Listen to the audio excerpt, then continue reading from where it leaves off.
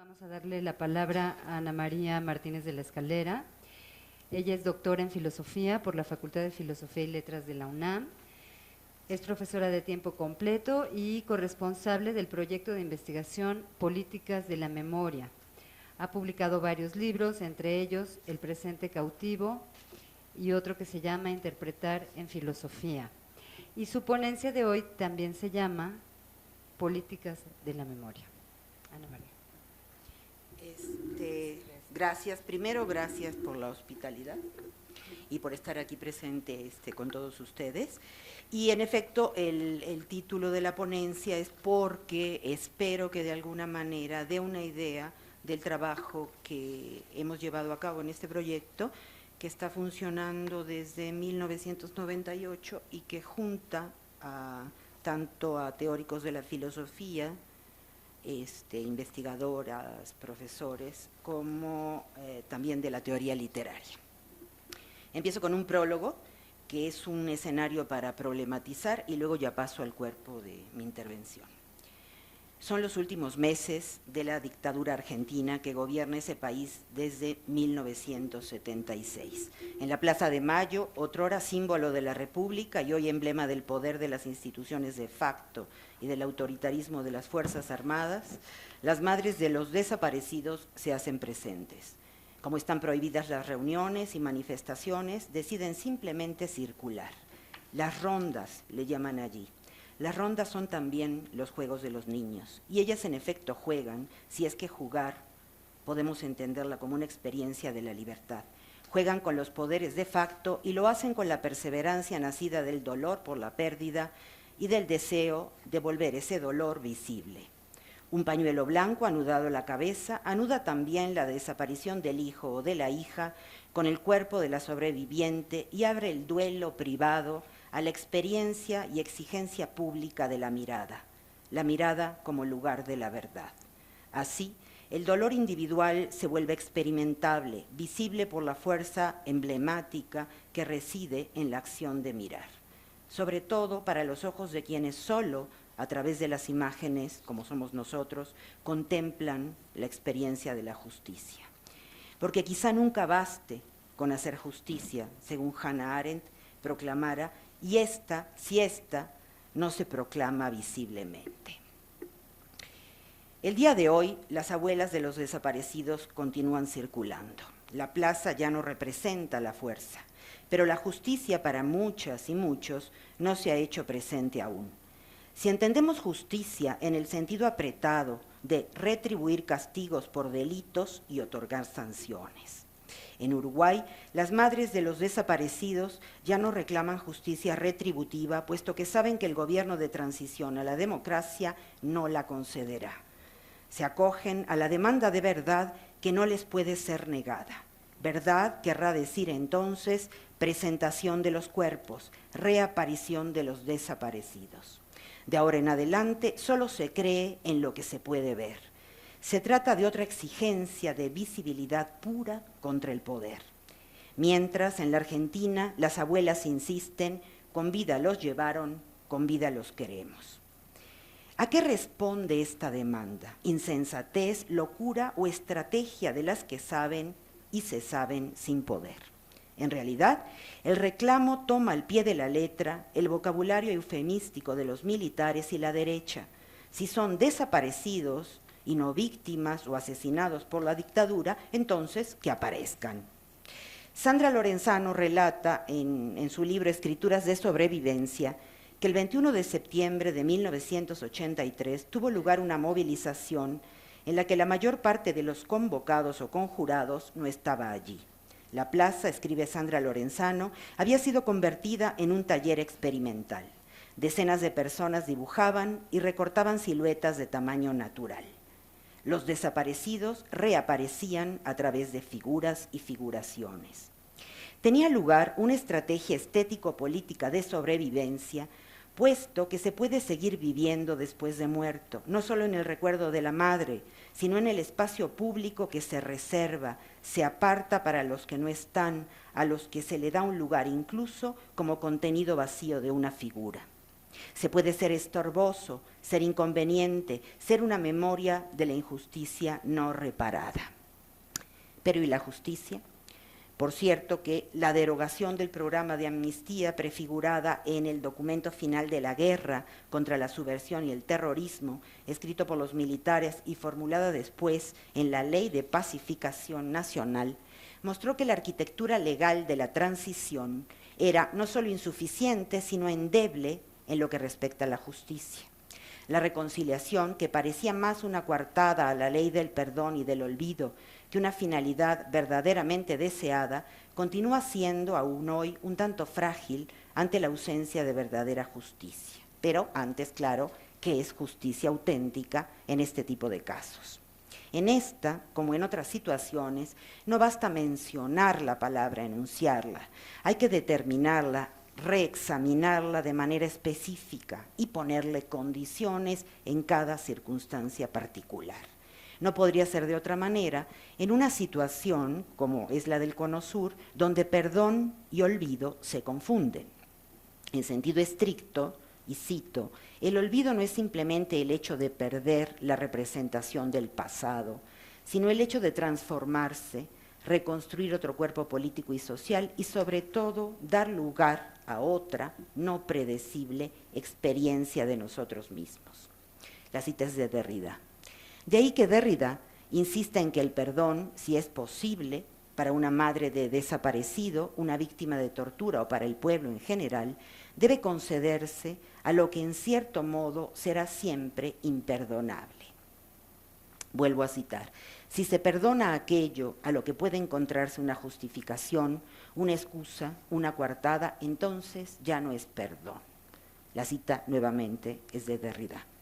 Para que tenga lugar el perdón, es preciso que se recuerde lo irreparable. Si la memoria es duelo, transformación, ya es ella misma una forma de olvido. Y sigue escribiendo Derrida. La paradoja aterradora de esta situación es que para perdonar es preciso no solo que la víctima recuerde la ofensa o el crimen, sino que ese recuerdo esté tan presente en la herida como en el momento en que ésta se produce. Se cierra la cita. Esto es más que una paradoja, es un problema práctico, como hacer justicia sin hacer más daño. Para todos los pueblos que han tratado de salir del horror del pasado, esta es la gran preocupación. ¿Con qué derecho, es decir, desde qué derecho nacional, humano, internacional, se le revive a la víctima su ofensa? ¿No será esta herida abierta y vuelta a abrir no la cura, sino otra forma de la enfermedad? Así lo ha entendido el psicoanálisis cuando utiliza la expresión pasaje al acto para este síntoma que en realidad es la patología misma, el dolor incesante de la víctima, actuado o exteriorizado de manera incontrolable una y otra vez. Es así que algunos han decidido que si no hay más remedio que el recuerdo, este debe ser puesto en acción poética por el arte. Así, el cartel que recuerda a un desaparecido es también una experiencia artística que hace posible una experiencia otra de la mirada. Ella ejemplifica, sin duda, una muy determinada política del arte o ética del arte, como esperaba, por ejemplo, Walter Benjamin para el arte en la época del fascismo alemán. Sin embargo, la experiencia artística, como las palabras en los eslóganes de las marchas o mítines, se desgastan y tienden a volverse lugares comunes que ya no oímos. También ellos, formas del olvido que cuanto más cercanos los tenemos, más distante percibimos su significado. Este ya no nos toca, no deja marca alguna sobre nuestra sensibilidad, y estos peligros son algo que hay que tomar en cuenta. ¿Recuerdan que yo preguntaba hace un instante por la auténtica justicia? Pues todavía sigue pendiente. Habría que preguntarse una vez más si el aparato jurídico no ha podido hacer justicia, si el aparato jurídico que no ha podido hacer justicia podrá hacerlo en su lugar la memoria colectiva, en sus formas política, estética o ética. ¿Acaso la justicia es algo que se hace en el tiempo presente, en un espacio, en un aquí y ahora preciso? ¿No será más bien radicalmente absoluta, otra, como insistió enfáticamente Jacques Derrida? Por lo tanto, no medida por el presente, sino por el acontecimiento futuro. Ciertamente, la justicia continúa siendo un asunto de demandas, así como de expectativas. Las víctimas exigen castigo a los culpables, pero ¿es suficiente para todos los demás? ¿Acaso no se tiene la sensación de que el castigo no quita la ofensa ni suaviza el dolor, y menos el dolor histórico? Y como lo saben, las madres no hacen regresar a los muertos. De ahí que su clamor, con vida los llevaron, con vida los queremos, tenga más sentido o un sentido más allá del que queremos acordarle. Que sea posible enunciar tal demanda indica un problema en la experiencia misma de la justicia. Esta experiencia será siempre incompleta, no podrá ser satisfecha o clausurada por un acto o una respuesta y seguirá provocando interrogantes. Interrogará nuevas responsabilidades y nuevas formas de la responsabilidad. Probablemente interrogará por una responsabilidad abierta por el acontecimiento y abierta a su impredictibilidad. La justicia, dirá Derrida, está parasitada por esta apertura.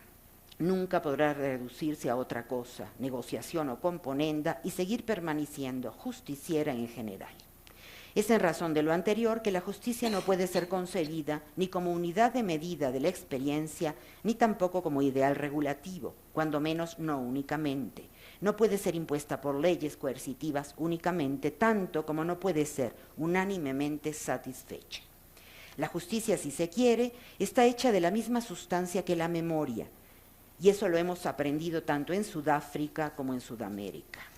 Lo hemos aprendido todos, aún no siendo ni testigos ni víctimas, porque si la víctima puede tener la primera palabra, también aquellos que, como nosotras, solo conocemos lo sucedido por fotos, cine, video, etc., son igualmente tocados por la ofensa. Lo que Kant describió como entusiasmo ante la noticia o publicidad de la Revolución Francesa, hoy es ciertamente expectación para ver qué pasa. En esa experiencia vive o anida la convicción de que las cosas pueden cambiar y, pese a los riesgos, por supuesto, pueden hacerlo para mejor. En todo esto, la voz de los agredidos no debe olvidarse. Tiene, decía hace un momento, la primera palabra. Es la voz del testigo o del injuriado que habla en primera persona, la del ofendido que dice yo, la de la víctima que exige su justicia. Ese yo que habla en los tres casos, biográfico, confesional, es también el yo que la ley reconoce como sujeto de la responsabilidad. Es como todo yo, sin embargo, una figura paradójica, ficcional, puesto que es general y a la vez completamente singular y profundamente performativa. Quizás sea en la medida de esta performatividad paradójica que puede poseer para nosotros la fuerza de convicción de la verdad. El testigo dice siempre lo verdadero para él o ella, aun cuando ficcionalice en la forma de tomar la palabra. Y es esta verdad la que la memoria intenta llevar a cabo, aunque mienta en la letra, pero no en el espíritu. Su mentira, que hace del dolor algo privado, es así su fuerza, y solo al jurista y al historiador parece le está permitido rebatirla. La memoria no es pues lo otro del olvido o lo otro de la mentira, es la experiencia por la cual el recuerdo subjetivo se hace público, visible, aunque sea íntimo y secreto, y aquello que a la vez convoca la pregunta por la verdad siempre una vez más. Es una modalidad compleja de la mentira, donde descansa la ficción del artista y quizá también la ficción del filósofo. El examen no es necesariamente y siempre verdad en el sentido histórico, ontológico o epistemológico, pero es siempre una verdad afectiva, una verdad carnalizada. La biografía, esa ficción del yo, será siempre una dimensión conflictiva por esta tripartición de la experiencia biográfica, a la que hacía justamente referencia Marta Lamas en la primera exposición en esta reunión. La biografía pide verdad más que justicia y por encima de ambas visibilidad del dolor y la pérdida. Tenemos buenas razones para desconfiar de la visibilidad, puesto que o bien se vuelve espectáculo que contribuye a dejar pasivos y mudos a los espectadores, separándolos del dolor de los otros, o bien, una vez transmitido técnicamente, reproducido por la televisión, en fin, puede ser una visibilidad retocada en la selección del material visible y en la modalidad, ya sea montaje y edición, de su presentación al sentido. Pero es lo único que tenemos, esta visibilidad. De la materia de la ficción está hecha la demanda de justicia, pero no la justicia misma. Si la hay, si hay esta justicia misma en sí misma, no debería confundirse, por ejemplo, con la mera conmemoración. Hacer justicia no es conmemorar, sino diríamos que el calendario escolar está lleno de actos de justicia, ¿no? A diferencia del acto ecuménico propuesto, por ejemplo, por la autoridad chilena, la justicia no podría tener la forma de una conmemoración. Se conmemora en la unanimidad o mediante la fuerza. Ni siquiera la Iglesia, en el caso chileno, podía convocar desde un anhelo católico de reunificación, puesto que esta reunificación no existía. Ni puede ni sería conveniente en una Iglesia que tuvo lazos, por supuesto, con el pinochetismo. Ni en Sudáfrica, ni en América Latina hay consenso, ni unidad nacional, ni coexistencia. ¿De qué están enfermas estas sociedades divididas?, se pregunta una teórica de este asunto que se llama Sandrine Lefranc. Y yo pregunto a mi vez, ¿pero hay sociedades sanas? ¿Y cuál sería su modelo? Por supuesto no el modelo norteamericano, después de su 11 de septiembre y la guerra, y no después de Bush y la vuelta al poder de Bush nuevamente. Lo anterior, es decir, la falta de justicia, es un síntoma de una dificultad estructural de la cosa pública. ¿Dónde queda entonces el reclamo de justicia en una res pública atravesada por el conflicto, como es el caso de las naciones del Cono Sur que nos interesan en este trabajo? Debe abandonarse la exigencia absoluta de justicia por sus dificultades, por no apelar a un principio de realidad común a todos, y aunque de hecho esta exposición era mucho más larga, voy a llegar a la conclusión. El siluetazo, como los paseos de las locas de la Plaza de Mayo, ponen en escena una exigencia de justicia radical. Esto es, una justicia que no desea ser satisfecha, sino con la demanda de la construcción de una memoria de resistencia o de una herencia colectiva. La fuerza de la demanda no es la del monumento a la que se opone, sino la fuerza de resistencia de una acción que continúa provocando efectos a largo plazo. El siluetazo, por ejemplo, realiza a la vez la memoria instantánea, hace aparecer el espectro de la víctima que muestra la insuficiencia de la sanción promulgada por la ley y hace aparecer a los desaparecidos en un espacio público, en su figuración, los vuelve a la vida como los que esperan la justicia. Estos jamás deberían habitar un paradigmático museo de la dictadura. El museo separa el objeto exhibido de la historia, corta sus lazos políticos y éticos con la comunidad, reintegra a los muertos a un panteón del olvido, deshumaniza a los muertos, despolitiza a las víctimas. El museo puede sensibilizar, pero jamás politizar la historia de los acontecimientos. Si se quiere hacer justicia, es porque se quiere constituir e instituir a la vez un espacio público, irrumpir en el continuum de la historia para dar lugar al duelo de los que se duelen y a la reflexión y construcción de todos los demás. Un espacio público más allá de la moral, la sensibilidad herida y los tribunales. Se trata de un hacer radical que no puede contentarse con un solo acto. Hacer quiere decir, en ese contexto, operar justicia, hacerla posible, abrirla al futuro y a la vez mostrar, sí, es que ello puede mostrarse, que nunca será suficiente, que nunca tendremos suficiente justicia, que se aspira a un deseo de justicia sin final. Derrida decía de la justicia, por ejemplo, y cito, que pone en escena que las relaciones entre la memoria y el olvido no siempre, o más bien nunca, son sencillas y tranquilas, que el testimonio singular que la alteridad cruza está dividido entre un deber de hablar en primera persona, desde una lengua y la singularidad de ciertas experiencias, y el contar para los otros, volviendo colectiva una experiencia íntima y dolorosa. Derrida ha escrito que hay que decir o escribir no para hacer o terminar el duelo, para conservar el acto de tortura o matanza, o simplemente para cultivar su memoria, sino, y vuelvo a citar, para conceder un pensamiento justo a lo que allí ocurrió y que permanece sin nombre ni concepto, único como tragedia única desde de aquellos que así lo padecieron. Aquí se acaba la cita. Él llama pensamiento justo a este pensamiento que se ejercita a partir de esa singularidad sin norma ni concepto, en algo así como una posible justicia, una justicia por inventar. Es una justicia que recomienza todo siempre nuevamente cada vez que se exhibe como algo que debe ser reexaminado, repensado, incluso algo que tiene que ser pensado en un nuevo vocabulario. Y eso que nos demanda ese examen permanente del vocabulario de la justicia no es una memoria homogénea, es una dispersión de textos, de discursos, de actos o acciones sin jerarquía entre sí, puesto cómo es posible medir la injuria, quién ha sido más o menos injuriado por los demás. Es también una dispersión de personas que reclaman una distinta pertenencia a esa herencia de dolor.